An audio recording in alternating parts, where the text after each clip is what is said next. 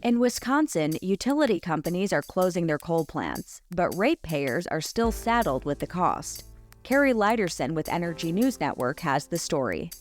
These coal plants, not surprisingly, cost many hundreds of millions of dollars to build, and then the utilities have had to add expensive pollution controls over the years also. So they are, under law, allowed to continue recouping all those costs. The Columbia Energy Center is co-owned by We Energies and Alliant. It's set to close by 2026.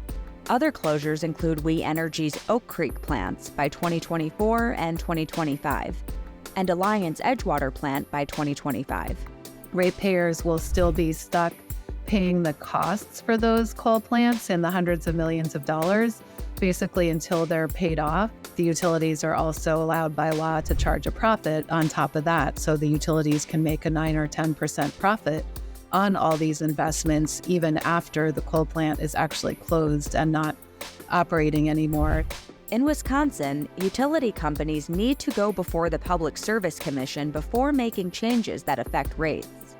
The Public Service Commission does have the power and has criticized the utilities essentially for this cost burden, but still hasn't done what advocates would like to see them do in terms of really taking action to make sure people aren't saddled with these costs. Some consumer advocates argue that the utility companies should simply not seek a profit or to recoup building costs at all. Others seek a different solution. There's something called securitization, which a 2004 state law did allow companies to use this process to reduce the debt on closed coal plants by issuing bonds. It's sort of a complicated procedure, but it is something that can reduce by tens or hundreds of millions the burden on ratepayers. Utility companies have rarely opted into the securitization procedure. So far, the measure has only been used once. But advocates say that something needs to be done. Consumer groups are definitely demanding that the utilities do this and that the Public Service Commission require the utilities to do something so that people aren't paying so much for these coal plants after they close.